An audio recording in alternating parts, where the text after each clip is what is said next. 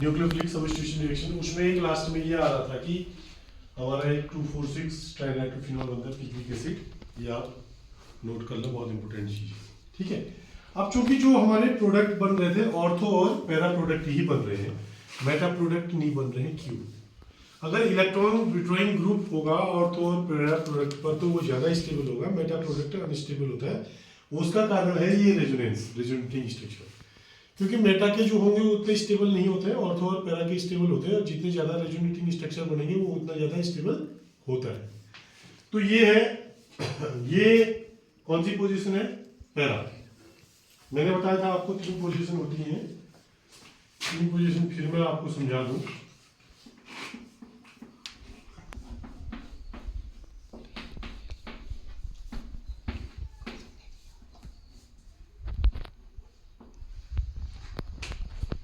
ये कोई पोजीशन है आपको लग रहा है ये ऑर्थो मेटा पैरा है? क्यों? ऐसा ही तो है, पहली पोजीशन ऑर्थो, फिर मेटा, फिर पैरा, यही।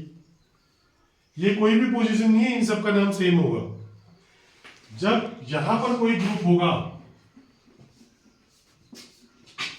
अब ये ऑर्थो है, ये मेटा है, और ये पैरा पोजीशन।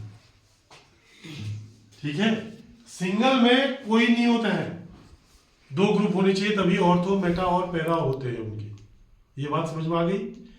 वो कहीं भी लिखा था Cl, वो क्लोरोबेंजीन ही होता। अब लिखा है जैसे एक Cl यहाँ लिखा है, एक Cl यहाँ है, ऑर्थो डाइक्लोरोबेंजीन, एक Cl यहाँ, एक Cl यहाँ, मेटा डाइक्लोरोबेंजीन, एक Cl यहाँ, एक Cl यहाँ, पैरा डाइक्लोरोबेंजीन। ठीक है, इसका नोमेनक्लेचर ऐसे होता है। तो क्यों ऑर्थो और पैरा प्रोडक्ट ही स्टेबल हो रहे हैं इसके लिए, उसको ये रेजोनेंस के माध्यम से दिखा रखा है।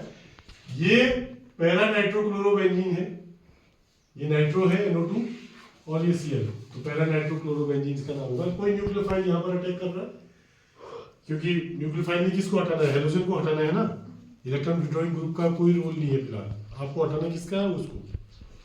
ठीक, तो इसको हटाएगा तो ये स्लो स्टेप में पहले इसके 3 रेजोनेटिंग स्ट्रक्चर दिख रहे हैं।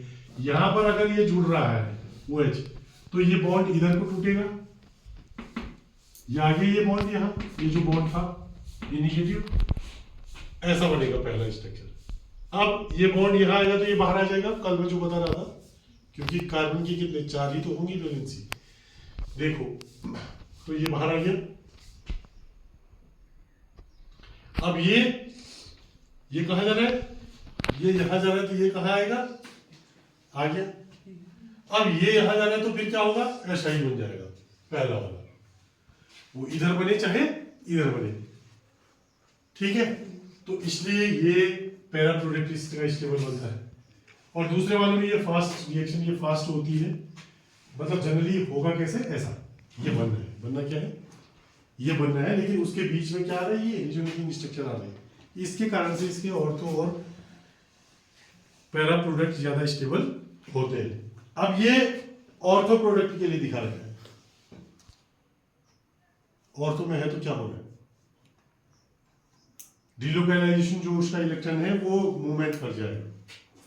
ठीक है, और मेटा वाले में कोई प्रभाव नहीं डालता है, वो मेटा वाला आपकी किताब में दे रखा है, उसको ब्लोअर में जगह नहीं, या तो फिल कर लेंगे या यहाँ से आप सीधे सीधे उतार लेंगे। इसलिए इसके ऑर्थो प्रोडक्ट ही हमारे क्या होते हैं? स्टेबल होते हैं।